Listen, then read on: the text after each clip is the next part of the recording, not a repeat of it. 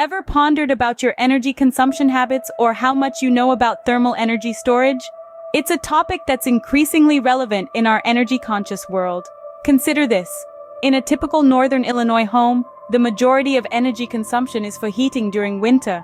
Astoundingly, heating requires 4 times more energy than all combined electricity use, even with an electric vehicle parked in the garage.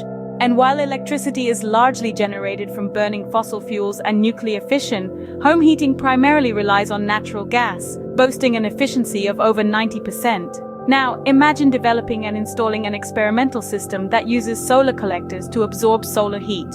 Picture this heat being stored in insulated tanks nestled in the crawl space of your home, waiting to be tapped during the chilly winter months as a supplementary heating source.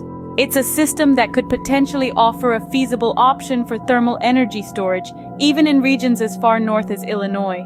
In the face of an energy crisis, suburban households typically have 3 main strategies at their disposal: generating their own energy, storing energy, and improving energy efficiency. For instance, using an electric vehicle for local errands is one approach, though long trips can prove challenging due to the need for frequent recharging.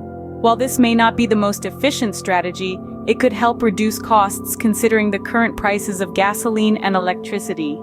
For the home, installing a heat pump that serves both heating and cooling needs and investing in more energy-efficient windows and siding are practical steps toward efficiency. In upcoming videos, there will be an exploration of the financial implications and energy savings of these choices. It's not uncommon to encounter messages urging us to take actions that, after a thorough cost-benefit analysis, may not be as advantageous as they seem.